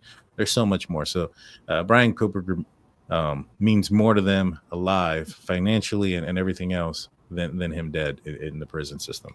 And that's just the sad truth about it. Absolutely. And I got a lot of my information from, like, you guys have to remember, I live in inner city Philadelphia. A lot of my friends and like neighbors and stuff did a lot of jail time. So they were the ones that said the thing about the knife. And I was like, wow, I never thought about that. They're like, you could be a big guy with a gun, but like someone that actually took a knife, and like, they were like, that's just crazy. And I'm like, I didn't even think of it that way. But they like gave me they schooled me, and I was like, oh, this is good research. But they think that the other thing they said that I did not like was that unfortunately, they said that they probably won't see him as like a child killer type thing, because even though they were kids to us, like my kid's 22, she's still a kid to me, but that they're going to see them as, oh, he took out 3 women and a guy, like whatever. And I was like, that's like terrible. But then I thought about it, and I'm like, he could be in there with other like-minded people. So would that really be, you know, like, to me, that's like, oh my God, you did what? But if there's another killer in there that's also done the same thing, I didn't think of that. So I'm like, I don't know that he's going to have as hard a time as I thought he would. I'll be honest, people in prison aren't there for their morale. So I don't think they're going to go in there and be like, exactly. You know, this is the but people will be like, oh, we'll find out. Yeah, they'll be like, somebody's a dad in there. And I'm like, I don't know. Well, I get that. I mean, there might be, I think he probably falls in line maybe more with somebody trying to make a name for themselves. I think that's probably what he'd be more in danger of, is somebody trying to make a name for themselves versus something else outside of that. But the ex-con said it. He said, those people are behind bars because they did stuff just as bad, you know, that are there. So they don't care. They don't care what they're in there for. I wasn't thinking that until they said that to me too. And I'm like, oh yeah, I guess so. Like, they have their own things that they're there for. They're like, that's the last thing they're worried about is what, like, they know what you did, but like, and they want to know, like, was this a premeditated thing, or did you just get, like, you know, street justice for your boy that got killed? Like, they said, like, that makes a difference. Yeah. And I'm like, yeah, I guess it would. I guess it does too, but it's like, what can you do for me? I mean, if he goes in there and he starts, I don't know, he doesn't seem like a very friendly person. He doesn't have very many friends. So No, and that would make me think that he could use that to like scare people away from messing with him type thing, like almost giving them like that stare type thing. That would creep me out. Then again, I'm also not a high, I'm not in a high prison or whatever. I didn't do some high crime. So, and things do happen. Yeah. And things do happen. I think the officer that was arrested, charged, and was found guilty of George Floyd, he got stabbed in prison. So those things do happen. Those things happen. And I wouldn't be surprised if, like I said, if what Bryan Kohberger probably needs to worry about the most is somebody trying to make a name for themselves, to use his big name and say, "Oh, I'm the guy that took that MFer down." You know what I mean? 1,000%. Or exploit them in some way. Yeah. We got like if they think that people are going to like send them money from like online and stuff, like they might be able to use that to be like, to exploit them in some way. I don't know. Yeah. Do you think people are going to start writing them love letters? They probably already are. I think there was one lady. Yeah, there was one lady. I think she was like in Kentucky or Kansas, one of the K states, and was like, "Oh my God, ever since I met him or saw him on TV, I knew he was the one." Like a bunch of crazy nonsense. I'm gonna get through some super chats real quick. Donna comes in with $1.99. Thank you. J Mofo, $5. Thank you for the mods. Thank you, mods. You guys are awesome. We have TCF coming in with ISK 1500. I was in a DV situation for 7 years. He was a master manipulator. His mom always babbled to him and turned a blind eye, even after breaking her hand. She blamed herself. BK's mom was similar, maybe. What do you think? Do you think that if that would make sense for Bryan Kohberger's, like if he had a mom that was like that was kind of giving into everything? I don't know. I think I need to know more. I feel like I know very little about his parents. Like I wish I knew more about their interaction. So I really don't know that I would comment on that because I don't think I know enough information. I think that would be total speculation on my part. Yeah. I don't think we really know enough. Yeah. I'm sure his parents love him just like anybody would love their son, right? So I think, again, just like, the guest was also saying, this is like more of a reflection of him. I mean, I'm sure the parents played some, I don't know. We'll have to see. Yeah. Robert comes in with $5. Thank you, Robert. Shelly comes in with $7.99. It blows my mind he wasn't ordered to do elocution within the plea deal. Mine too. I can't understand why he wasn't forced to talk about what he did, how he did it, those type of things. Leslie and Billy come in with $5. Thank you. I got this one already. And Peyton, $5. 1, how were they already on to them before the trash pool? 2, did they get the black mask and knife receipts? Thank you, DT. They do have the knife receipts. They do have the black mask receipts. How were they already on to them before the trash pool? So the reason they were on to Bryan Kohberger is because of the DNA left on the knife sheath. They were able to run that through an IgG, and the IgG through the FBI were able to come up with a possible suspect of Bryan Kohberger. And so I believe that happened December 19th. Now, when that came back, but they were already watching him. They were already looking at him. They've been watching him for a couple of days. Now, why or how would they be watching him if he didn't come back on the IgG yet? Maybe because his sister called. I was going to say, could it be the sister? I don't know. Did that information get back to them? Possibly. Didn't they say too that the one of the security guards at Washington State like went around and did like an inventory of all the cars, and he came up with a list of people. So I think there were a lot of people that wanted to figure this out. So I think like they did work together, well, but after seeing the evidence, not well enough, because I don't think the evidence was as like I thought we were going to hear all this stuff. I was hoping to. I know that some people say that this is just the bare minimum. It's not. This was not a probable cause burden. This was supposed to be a burden beyond reasonable doubt. What he was saying, it was supposed to be the state's case. Now, obviously, it's not closing arguments. It's not opening arguments. It's not designed to persuade or sway a jury in one way or another. This was just solely to give the judge the facts so that he can make his determination if the plea is granted or not. And so you don't have to go with the theatrics. You don't have to be like with the flash and the pounding of the tables or any of those things, which I understand. But I felt like it was weak. I still feel like it was weak. It was a weak It was. presentation. He talked about what answers they didn't have. You know what I mean? And Yeah, to me, that I was was ridiculous. yeah, I didn't like that. I didn't like the fact that he was talking about the answers they didn't have, and they could easily have them. They could easily have these answers. I don't like that he said that they knew it wasn't a sexually motivated crime. I'm like, just because there wasn't an essay doesn't mean that it, you know what I mean? Like, I just felt like he was putting too much like conjecture on it that we didn't really know. Yeah, he said that that there wasn't any sign of sexual motivation for this crime because of. Yeah, he so should that have just he said there can- was no essay. Yeah, exactly. And so many questions, and I think that those questions should have been answered, even if it was just to them, and it wasn't an open court. Even if it was to the judge, the prosecutor, and the prosecutor can, tell the families, and the families can accept the plea. But to me, I think that the biggest part is the fact that the judge had mentioned when they talked about cameras in the courtroom, he said, "We want cameras in the courtroom so that the public and the media and everybody else can accept the verdict." He wants them to be like, all right, we've seen the evidence and we understand why. Doing it this way, there's a lot of people that are still questioning things. And yeah, I don't think they gave enough. Like I said with Jennifer Covendaver on here, right? Like I could say that I did it. Like I don't feel like they really. He was just like, okay, yes, it was me. Yes, it was me. It was so lackluster.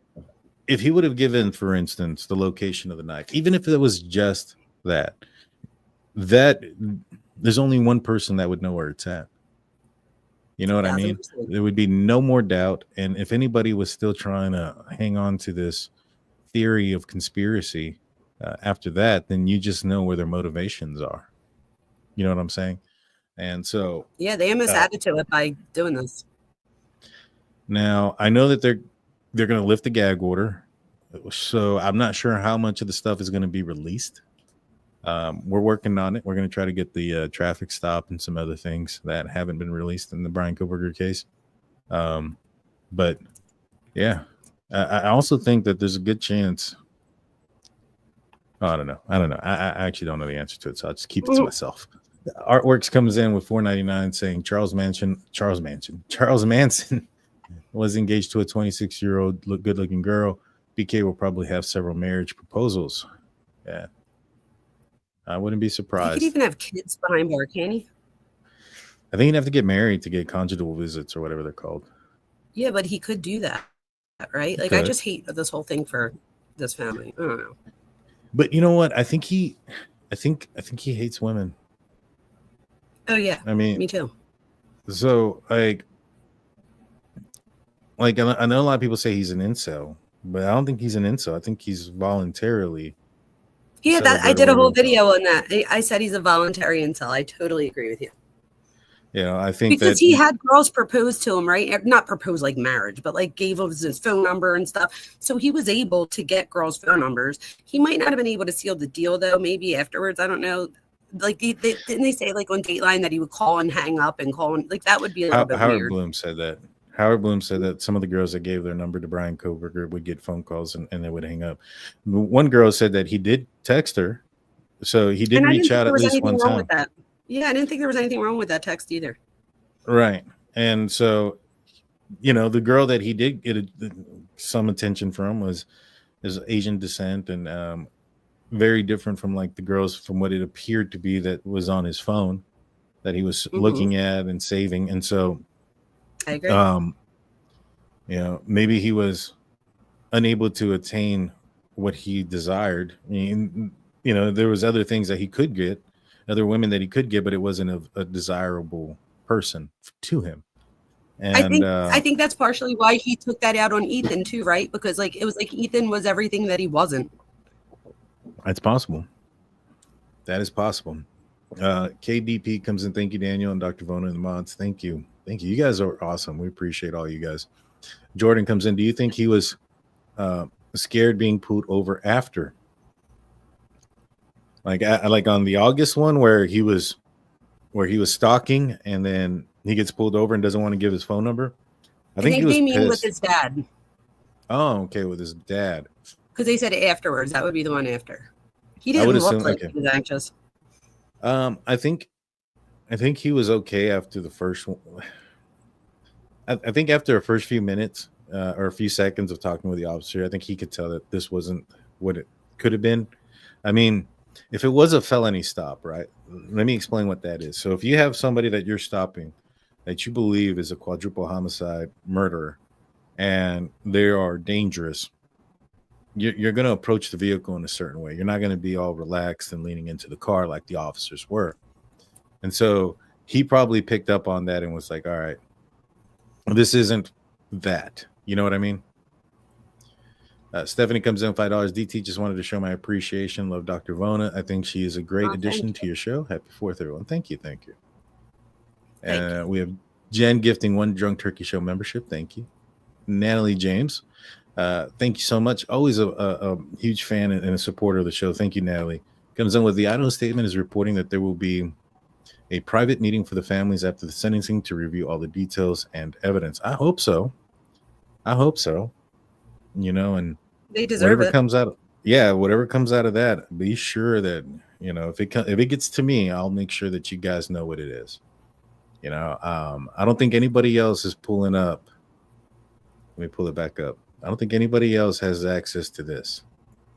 This is Michael Koberger's flights. His flight tickets. There's more to this too. I can't share what else is on here because I can't. But you know, the date in which they purchased this, those type of things. I know exactly when it was. It was the day before. He bought this December 10th. Flew out December 11th. Got stuck in Seattle because of the weather in Pullman and had to fly out the next evening. And the crazy thing is, look at what time he flew out of Seattle, 8:30 p.m. So he spent the entire day and night. He stayed at the airport. He didn't get a hotel. He didn't leave the airport. He stayed there he arrived there at 7:58 p.m. and didn't leave until 8:30 the next day. So he stayed at the airport in Seattle for over 24 hours. That's crazy. Yeah, that sure is. Yeah, he was supposed to. Oops, wrong one. He was supposed to go to Pullman, but this one got canceled. Wow. His dad definitely probably suspected something. I don't know that I think that Bryan said anything. I think he would be smarter than to say anything too, like over the phone. But I'm sure he let them know that that something was going on. But I don't know that he was like, guess what I did? No, I get that. But if his dad bought this ticket, which I know he did on the 10th, flew out the 11th, landed on the 12th in the middle of the night because it was 9:34 in Spokane. How far is Spokane from Moscow? At least an hour or two. Weather. They're not getting home till 11, and then they're taking off the very next morning. Oh yeah, I see what you're saying. So like his dad didn't stay and like spend any time there. No. I mean, he got there, and as soon as he got there, he rested up, and they drove their asses out of there. Well, good thing you didn't stay long enough to get a shower because the shower didn't have a shower curtain. Maybe that's why he took it off. I don't know. Maybe his dad liked it. There you go. Crazy. I mean, you guys tell me who else has which flight number, location, when he got stuck, how he got stuck. You heard it here first, guys. Yes, Guarantee you that. And I have more than this. I just can't show it yet. Like, there's some things I just can't show. I'll explain to you, Dr. Vona, after the show. Peyton comes in with $2, says, how'd Ellie find the receipts for the knife and the mask? Thank you. Well, I told you guys a long time ago. I had said this so many times that it was a gift card that he had purchased it from.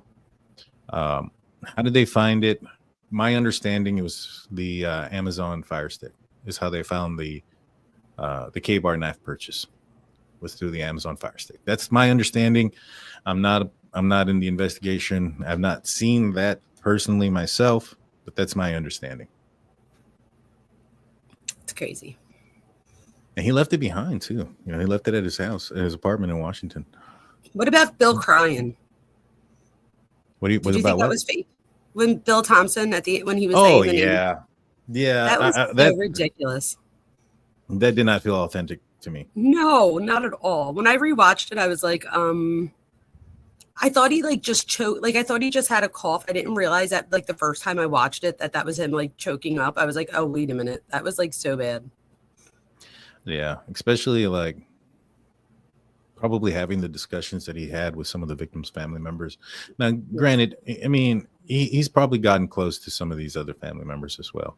The Chapins, the Kernodles, the Mogens, along with the Goncalves family, and so. I guess it's possible that he may have gotten choked up, and it'd be authentic. It didn't sound like it to me. It didn't feel that way. Mm-mm. Maybe I was just so damn pissed off that he could have got so many more answers for the families and for everybody, and he folded. He folded. Unbelievable. Unbelievable. Yeah, and here's how fast he folded. So I know for a fact that they didn't offer a plea deal. They didn't offer Bryan Kohberger a plea deal because the families didn't want to offer him one. And then Bryan Kohberger and his team come Friday afternoon, and say, hey, once everything that they've tried to get failed, the IgG, they wanted the DNA thrown out, failed. They wanted third-party persons, failed. They wanted a continuance, failed. Everything that they had been doing, the advanced timing records on all those 30 discovery things that they wanted, fail. All of it was nothing, and it was just going down the tubes. All the evidence was going to be allowed in. Everything was bad. So they call on Friday night, say, "Hey, we want a plea," and they send a letter to the families, from what I understand. Simple letter, not even a phone call. And then by Sunday, they're told that they're accepting the plea. So over the weekend, outside of business hours. So he folded. I mean, he saw his opportunity and he took the low hanging fruit, and that's what it was. He could have gotten so much more out of this. He's like, I could still retire and go on vacation before summer's over. Pretty much. That's what I felt like. Like I felt like it was just not important. I know that's wrong, you guys. That's it. I'm sure it was important. That's what it felt like while watching it. Yeah, and to me, I just felt like though, like. The guy is basically saying, all right, I did it. I'm going to cop to it. I'm sure that inside they probably thought that they were going to be forced to answer some questions. They were probably shocked that they didn't have to do it either. Unbelievable. Yeah, I just, that's the part that gets me. I know a lot of people that have been in my comment section here recently saying, oh, some of the families wanted this. It's not the fact that he got 4 life sentences and he's never going to see the light of day. That's fine. What pisses me off about the whole situation is the fact that he goes up there and has the audacity to say that we have questions we don't have answers for. We have an opportunity to get those questions answered, and yet we're just going to go ahead and just take this for what it is, close it because it's a black eye on the community, and nobody wants to see it. Just like the house was a black eye. They didn't want the house out there. They thought it was a black eye for the community, and they tore it down before the dang thing, and against the wishes of the family members there too. Unbelievable. That was unbelievable too. So I understand the frustration from the family members on how they felt from the beginning. I mean, I can go further. There was a situation where they were telling the Goncalves family were telling the prosecution that there was footage that was out there and available, but it was going to get recorded over if they don't get it because it only had a 30 or 45-day retention period, and they got it like 2 days before it was recorded over, or the day before it was recorded over. It's insane. Yeah, I mean, that's what they've had to deal with throughout this entire time. I'll be honest, I think Judge Hippler, I'll be honest, I don't think it was appropriate for what he said at the beginning of the hearing yesterday. I don't either. Or the other day. I don't think that was appropriate. I think he's been fair for the most part. But I also think that if it wasn't for him, that we definitely wouldn't be here today. I don't think we would. I don't think Bryan Kohberger would be pleading out to anything. I think we'd still be in probably a year or two out from court if this was still in Moscow County or in Latah County. And so I agree. And I do agree that this might have been the best thing in the end, but there was like a way to do this. They didn't get anything for it, and they didn't give the family enough time to like go to therapy and talk about it, and like talk about how meet with them to talk about how could this benefit you, like do the pros and cons. Like the fact that it was just done on like a quick email. I don't know. I felt like it was just it lacked like emotion. Yeah. Jenna comes in saying, I think being away from home gave him the freedom of giving into the demons that plagued him. He had one to occupy this time. Well, I agree to a certain extent. I think the fact that he was away from home for the first time and these murders occur aren't a coincidence. But he also purchased the knife and a bunch of his kill kit before he ever left. And so he was giving into those demons before he left. And he was getting into those demons at the highest point of his life. Just graduated with a master's degree, was heading out across country, was recommended to the PhD program, one of only 2 students from Professor Bolger to ever be recommended, was considered brilliant by his professors. You know, it's not like he was going through the problems he was having at WSU and then he bought the K-bar knife. So to me, I think it's more than just what was happening out there. It's something internal with this guy. And, so what Jenna Bell is saying, though, I think is even though he did all of those things while he was still at home, it wasn't until he got out there and he didn't, like, maybe at home it stopped him, maybe being at home with his family or whatever, like maybe that stopped him from using the stuff. But I do think that he had it in his head to do before he left. But the fact of doing it, the fact that there was nobody there, like, you know, not to stop him that they would know, but, you know, to where he would feel like, no, I'm not going to do this, or I don't know. So I see what they're saying about how being alone did give him, in my opinion, more of an opportunity to act on these things. Yeah. No, he definitely did. I think that if he was on his own before this, we probably would have seen other crimes. I agree. Laura comes in with her membership for 2 months. Thank you, Laura. And a $4.99 super sticker. Peyton comes in saying, why didn't he flee the USAA leaving the sheath? That's a good question. You know, he left the sheath behind. Why didn't he leave? Do you think that this could be a more of maybe evidence that it was purposefully left behind? I don't know. I don't know that he would have wanted to get caught. I think he thought he was smarter than everybody else. And it wasn't that I feel like when we first heard about the sheath, it was almost as if, and again, nobody said this, but I feel like a lot of people got the idea that there was nothing on the sheath at all, except for this one spot. In that case, you might say, okay, maybe, but they said that, like, you know, both girls' DNAs were on it, his DNA. So now we know that it wasn't like completely clean.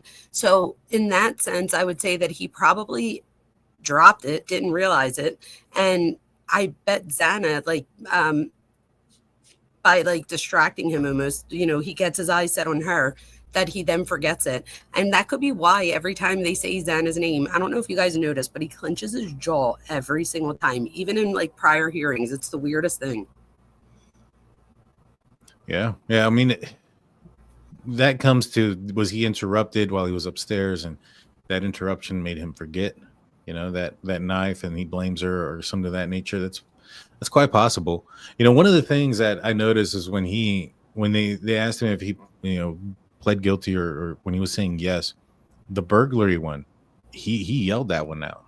It's like, did you know, burglarize the house with the intent to commit murder or something? He goes, yes, like super loud. And then the rest of them were like, did you commit murder of Maddie Mogen? And everybody else was just kind of like, yes.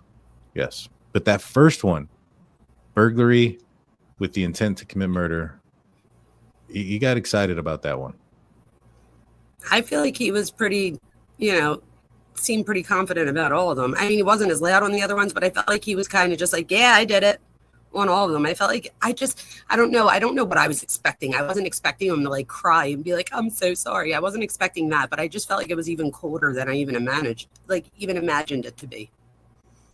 Yeah, there was no expression, no embarrassment, no guilt, you know, no nothing. It was just, he's like, yes, I understand. Yes. And he wants to be the studied one. Yeah. Oh, crazy stuff. But why do you think he didn't flee? I mean, he left the knife sheath behind. He must have known that he left it behind. Because he didn't think he was going to get caught. even He was leaving it smarter than all behind. of us. Yeah. I really don't think he thought he was going to get caught. I really think that he thought, I really think that he thought that he was going to finish his degree, be the teacher, and be able to use this as like one of the cases because they're unsolved. And like, what do we think the students, just like he did if he's Proper Roger or whatever, like, you know, asking questions like, how long do you think it took? Like all the questions that he would know the answers to. And that would make him the smarter one if he did it and didn't get caught, right? But he did get caught. Yeah. So he obviously wasn't the smartest one in the room. Yeah. Shelley says driving the car to Pennsylvania was to get out of the area. I think that definitely was a part to it. You know, he was also wearing gloves and stuff. So do you think that if he didn't leave the knife sheath behind that he would have been as paranoid? No, because I don't think there would have been enough. What are they going to say? We saw your car in the area? No, I know that. What I'm saying is he was wearing these nitrate gloves. Would he have been as careful wearing those gloves and taking out his trash and stuff if he had not left the knife behind? No, he had to know that. No, he had to know that that knife sheath was going to eventually get to him, I think. Yeah. And he had to know that we, in Pennsylvania, I mean, I'm sure they do it everywhere, but he had to know that in Pennsylvania about getting the trash, because why would he be separating his trash? That's weird too. I mean, even if you're separating it, it's not like the other people in the house don't have your DNA. No, I don't. That's what I mean. Like, for being so smart, he was so stupid in some things.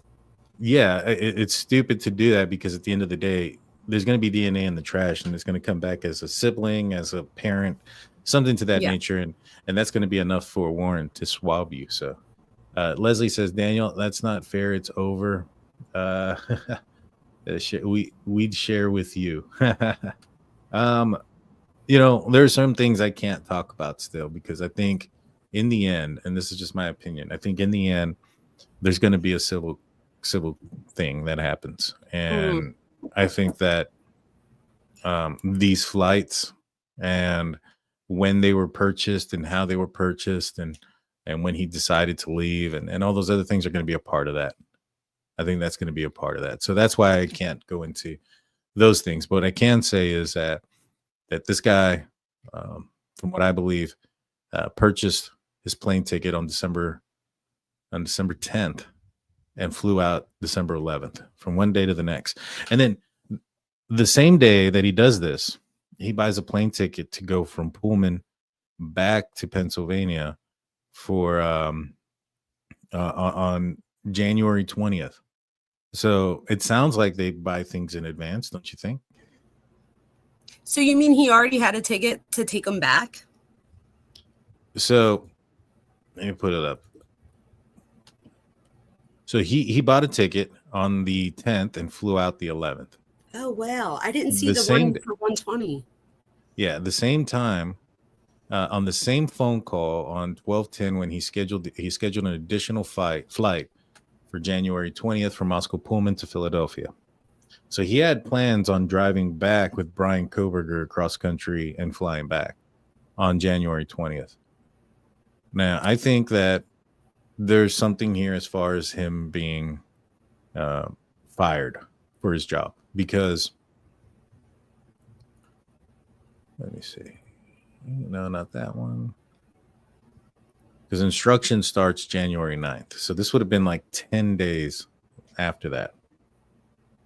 Oh. That he's arriving, or his dad is taking a plane back. We usually don't start till the third week in January, though. So maybe, I don't know. That's weird, though. It's his first day of instruction for the term, January 9th. It does tell me, though, that his father probably didn't know anything then, because why would he buy a ticket in advance? Well, it's not so much that he knew. It's that why did they go down there to retrieve him? I think it had to do with the fact that they were worried. They were concerned. Absolutely. Now, did they know for a fact that he committed the crime at this point? Probably not. You know, he's probably trying to convince himself of many reasons why he's acting weird. And if he got fired as a TA, that could be a reasonable explanation to why he's acting up. It could be. You get what I'm saying? And so, you know, he very well, Howard Bloom talks about it in his book, that that Bryan Kohberger tells him that bratty kids got him fired or whatever, but they can't do it, that he'll have an opportunity to arbitrate it or whatever the case may be. But I go back to, if this is the case, let's just say this is the case, he got fired and he's upset. You're flying out there because this plan was already in place, in my opinion. You know, that's what they all said, that they've had this plan in place. He's changing his plan to go out there. I think it has more to do more than just him getting fired. You know, and based on the book, what he was saying to people just a few days before he flew out there was that he was calling his son doctor and all these other things, and he was excited about it. That tells me he wasn't aware until the last minute that there was problems anywhere. Mm-hmm. You get what I'm saying? Yeah, I do get that. I also think, so some people are in the chat are saying things like, could he just been being a father and stuff? My only problem with that is the kid's almost 30 years old. Like, that's true. Like, does he really need an escort? And if he does, if parents think that he does need an escort, what does that say about what they already think he's capable or not capable of? Yeah. Yeah. I mean, at the end of the day, a role in why he wasn't able to move out yet. And so, I mean, we know that he said, like, you know, you'd save money, but I just mean like emotionally be able to move out. Right. That, and I mean, if money was important to him, and he talked about that in his quora, and his parents are allegedly low income.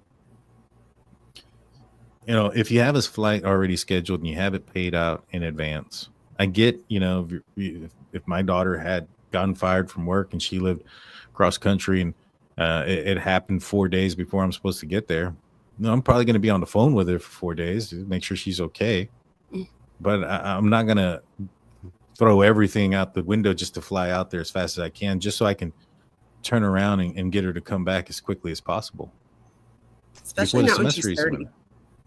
And it's not like I understand that they had a meeting, and it was discussed because the termination letter on December 19th states that they had a meeting and they talked about it. So for those that think that he didn't know when he left that he was fired, he definitely knew. He didn't stick around for finals. Well, that makes me think though, Daniel, right? So if he was telling his dad like that he was adamant that they did something wrong and he's going to fight to get his job back, he probably did the same thing about this if anybody confronted him about it. He probably did that same type of act. Like, no, this wasn't me. This was somebody else. You have to remember, somebody with a narcissism, even narcissistic traits, they often don't take responsibility or accountability for their actions. Everything is everybody else's fault. It's never their fault. So I just don't see him being like, oh, let me take responsibility. So I think even if the parents and the sister did ask him once he got home, he probably looked at them like, how dare you even ask me that? As opposed to like, no, I would never. Does that make sense? No, it makes sense. I don't know. I'm not I know, like, for instance, Richard Allen, he tried to, don't forget. I am psychic. Richard Allen was, when he talked to his wife about the murders, he's like, he was trying to convince her by saying, you know, I couldn't do this. You know, I'm not that kind of person. I could never do this. And that was kind of his way of, instead of, you know, convincing her with evidence, like, oh, it couldn't have been me because I was here or there or that. It was with emotion. You know who I am. You know that I couldn't be capable of this. I wouldn't be surprised if he did something similar.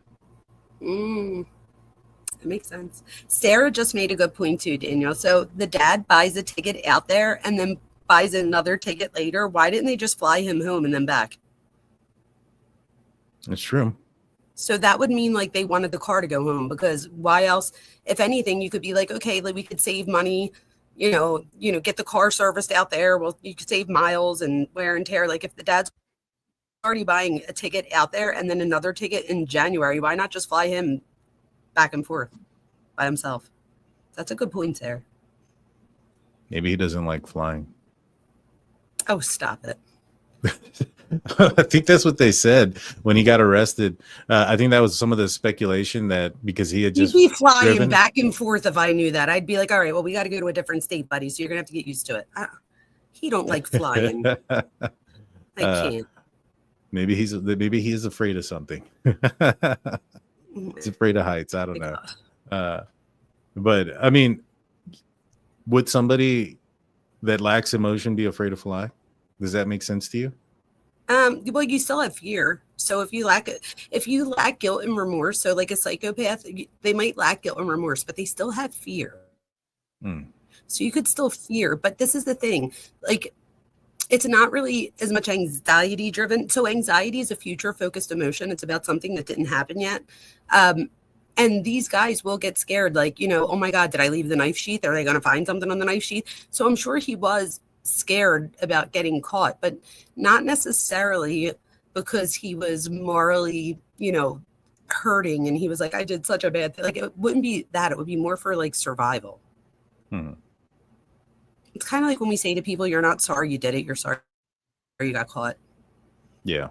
But in this sense, he now gets to be the center of attention. He gets to have his identity. He gets to be the new generation of serial killers that, Dr. Ramsden's going to teach about. And then maybe Dr. Ramsden's going to have a TA and that TA will take over. And like, I think he really thought this out as far as how he's like now the next generation of serial killer that we're going to be studying. And that has to give him a sense of like joy and pride in some sick way. But it is smart to study them in a way too. You know what I mean? So it's like, I don't know. I still strongly suspect, this is my speculation, that Bryan Kohberger pled out because he saw the writing on the wall that he was going to be found guilty. And it wasn't necessarily that he was afraid of the death aspect of it, as much as the fact that he would have to maintain this facade that he's innocent for decades while the appeal process goes through, and he wouldn't be able to tell a story. So I would add to that and say that by him pleading guilty, he gets to have the narrative back. So now he gains control again. So I feel like it's a very out of control feeling to go to court and not know if the jury's going to believe you, if they're going to. So like that must be a very out of control feeling. So by saying guilty, and he was able to stand up there, raise his right hand and be like, yes, like, and he was in control.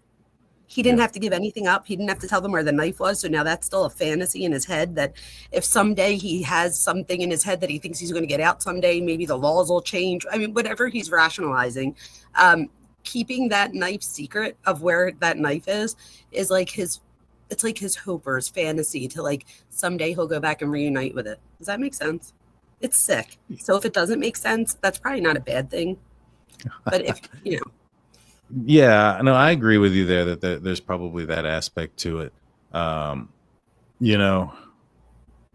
think it was a lot of it about control. Do you think that maybe that was part of the plea deal as well? That, hey, we're going to plea, but all I want to say is guilty, and that be the underlining meaning behind that. The reason why he wants to just say that and not give up anything is because he wants to be able to control the narrative. Okay, well, this is where I would say Ann Taylor is pretty thorough. I think she's the one that knows the law and was like, this is what he's willing to do. Like, this is, so I feel like she played hardball and they were like, okay. Like, I feel like, was there even a negotiation there? I don't think so. I mean, how much negotiation is he doing over the weekend? And unbelievable. Like not even a business day to think about it. There should be a law that you should have. Now, let me ask you a question. The judge did say to him, is that your signature on the page? And he called it, I can't remember the exact thing, but I got the understanding, and tell me if you got something different, that he wrote something down.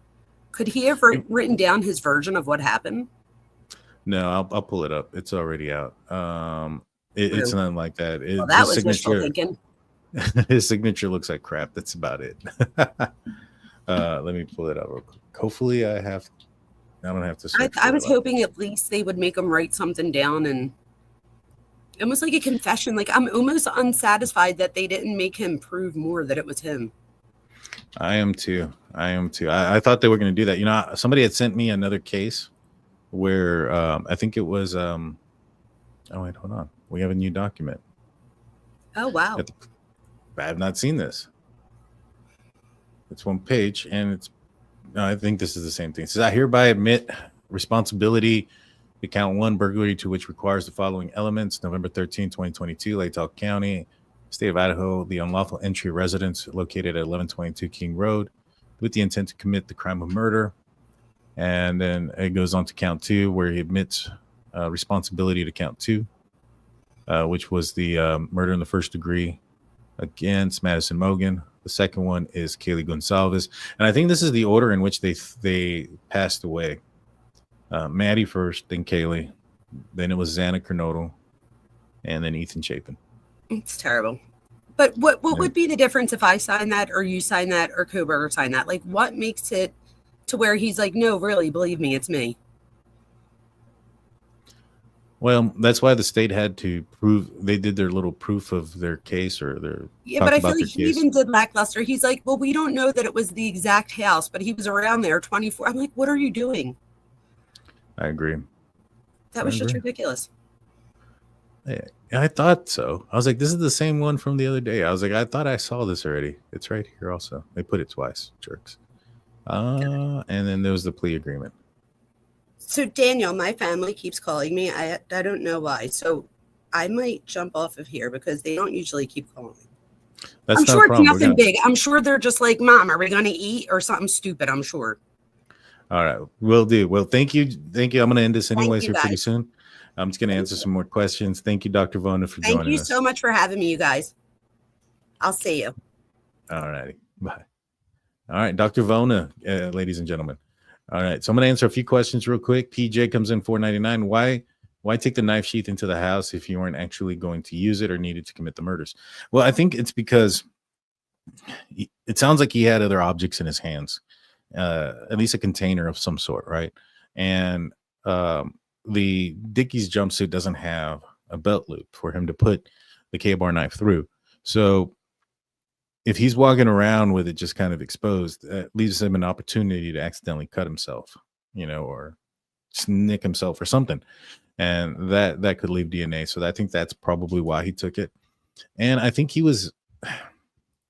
I think the moment got to him. I mean, if you go back to the Linda Lane footage, he's pulling in, and on that last time when he goes around, he actually goes around at a much faster rate than he does the other times. But while he's going up there, you hear a horn. I think that's him grabbing the bag or the container and putting it on his lap and hitting the horn at the same time. And he's already making mistakes. The PCA talks about how he either tries to do a 3-point turn or U-turn or something, but he can't. And then he goes forward to the king-queen intersection, does a 3-point turn there, and then heads back. So he's already got nervous. He's fumbling around. He's already making mistakes. So it could have been just easily as that. It's just a mistake. Yeah, but he killed young females in their sleep with a knife, not prison inmate males. That's true. That is true. He did. He did. And, I ain't going to lose no sleep if I heard, Bryan Kohberger got some prison justice. Good riddance is what I would say.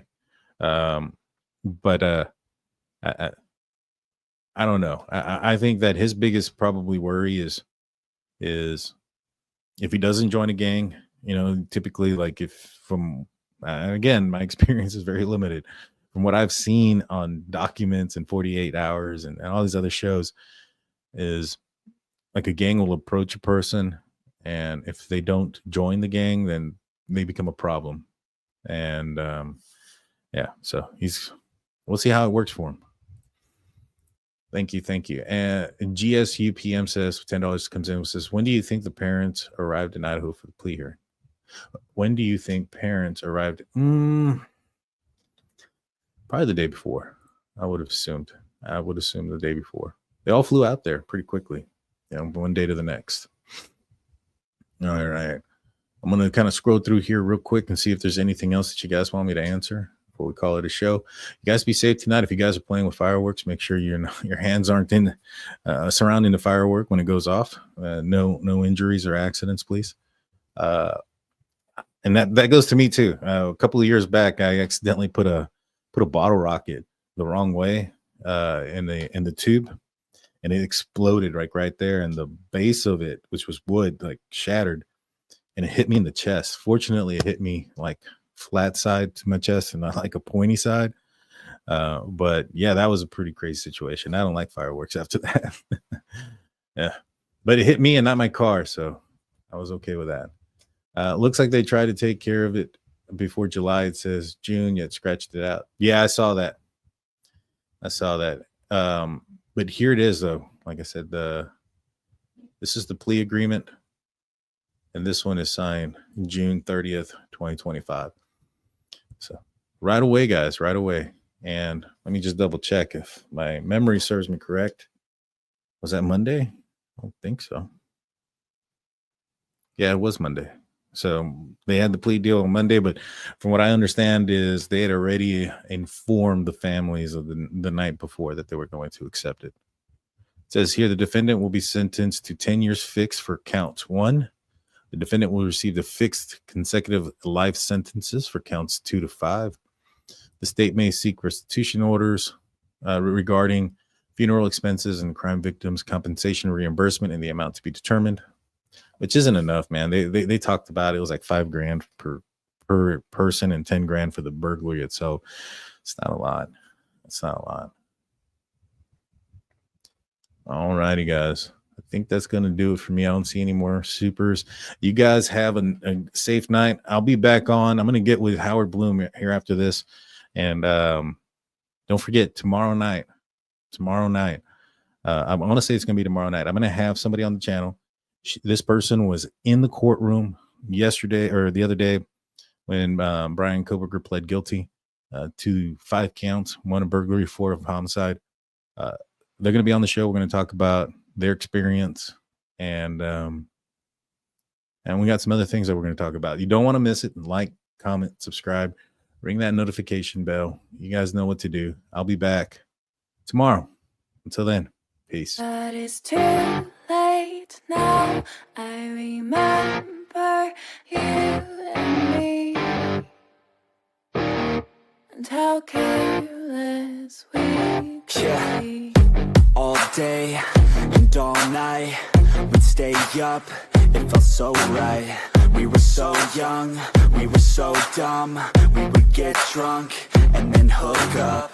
We were okay, we were alright, staying awake till the sunrise. We were in love, couldn't stop us, like a good drug, never enough. We hook up in my car, driving so far, play you guitar, you'd show me your art, let down our guards, think with our hearts, stare at the stars. We were never apart, drinking too young, way too much fun, out in the sun, or pain when it's gone. Took you to prom, dance to our song, dance all night long till the lights come on.